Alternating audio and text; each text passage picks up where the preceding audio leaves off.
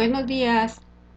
Vamos a continuar con la segunda parte de la lección 40, llevado sobre las alas de águila, basado en el libro de Éxodo capítulo 17 del 1 al 16. Recuerden que estamos estudiando el libro de la promesa 1. El pueblo de Israel siguió su viaje y llegaron a Refidim. Ahí en su Biblia, en el mapa, busquen el lugar de Refidim, el recorrido que está haciendo el pueblo de Israel por el desierto. Entonces, ahí no encontraron agua. En el desierto hace más de 40 grados de calor y no hay mucha agua. Entonces, pues en esta ocasión, no solamente murmuraron contra Moisés, sino que también probaron al Señor, diciendo que ahora demuestre si está en medio de nosotros o no. Querían obligar al Señor a demostrar si estaba en medio de ellos. Querían obligar a manifestar su amor. No era una muestra de fe, sino de incredulidad. Su rebelión fue tan violenta que Moisés creyó que lo apedrearían. ¿Acaso Moisés lo había sacado de Egipto con su propia autoridad? No, el Señor le había dado ese mandato a Moisés. En ese momento el Señor ordenó a Moisés a salir con algunos de los ancianos de Israel y presentarse delante del pueblo junto a la peña de Horeb, que está ahí en el Sinaí.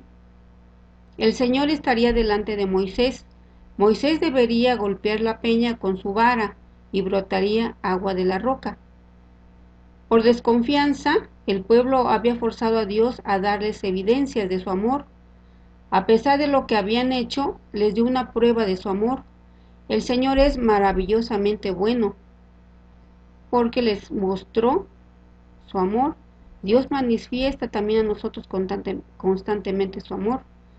El Señor le dijo a Moisés: allí estaré delante de ti. El Señor se proponía estar en medio de Israel como un siervo en presencia de su Señor. ¿Cuánto se humilló el Señor allí? De igual modo, el Señor Jesucristo vino no para ser servido, sino para servir, para dar su vida en rescate por muchos. Él mismo lavó los pies de sus discípulos. En su ministerio, el Señor Jesucristo les lavó los pies a los discípulos en señal de humildad. Al otro extremo, atrás, había quedado una parte de los israelitas. Repentinamente fueron atacados por los amalecitas, que eran descendientes de Saúl, un pueblo nómada que apacentaba sus rebaños en aquella región.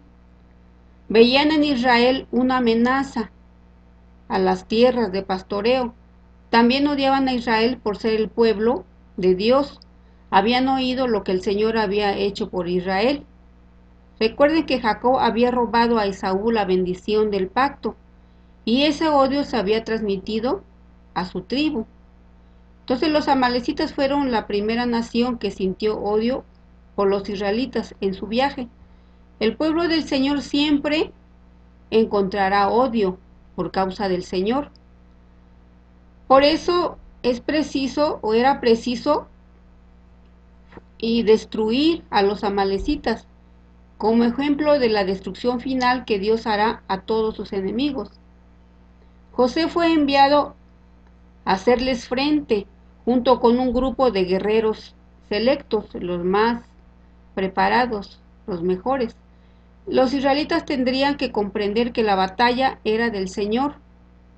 Los amalecitas no luchaban simplemente contra Israel, sino principalmente contra el Señor, y que el Señor vencería a los amalecitas por medio de Israel. En esa batalla Israel debería de estar con el Señor. Como señal, Moisés debía subir hasta la cumbre de una montaña y levantar su vara hacia el cielo con ambas manos. Mientras sostenía la vara, Israel prevalecía, o sea, ganaba la batalla. Pero si bajaba la vara, Amalek era el más fuerte de las dos naciones. Por eso Aarón y Hur ayudaron a sostener las manos de Moisés, la mano derecha y la mano izquierda. Los israelitas vencieron a los amalecitas. Nosotros debemos reconocer que la lucha de la vida no gira alrededor de nosotros, sino del Señor. Somos fuertes porque el Señor Jesucristo obtiene la victoria para nosotros. Cristo triunfó sobre el diablo, su reino, y también nosotros vamos a triunfar.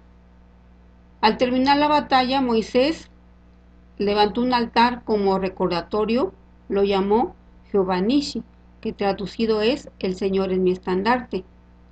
El altar debía recordar a Israel el mandamiento de exterminar totalmente a los amalecitas. Moisés debía registrar este acontecimiento en un libro y relatarlo a su ayudante Josué. Si somos del Señor, nunca debemos detener nuestra lucha contra el pecado, el diablo y todos los enemigos de Dios. El Señor Jesucristo luchó hasta el fin. Desde el cielo todavía sigue luchando. Él se ocupará de que los suyos continúen peleando constantemente esta batalla y Él les dará la victoria porque Él ha vencido y vencerá siempre. Así como el Señor condujo a Israel a través del desierto durante aquellos primeros días, iba delante de ellos en una columna de nube y fuego. Dios era todo para ellos. Él les proveía de todo, suplía sus necesidades, pasaba por alto también sus pecados. Todo ello tendría el propósito de enseñar a creer en Él y así estar preparados para entrar en el pacto con Él. A nosotros también nos conduce, cada día conduce nuestra vida por amor a su nombre. Aun cuando somos pecadores, el Señor es fiel y está con nosotros, fiel por amor a su nombre y a su pacto. Bien, hermanitos, que Dios les bendiga y continuaremos con las siguientes lecciones.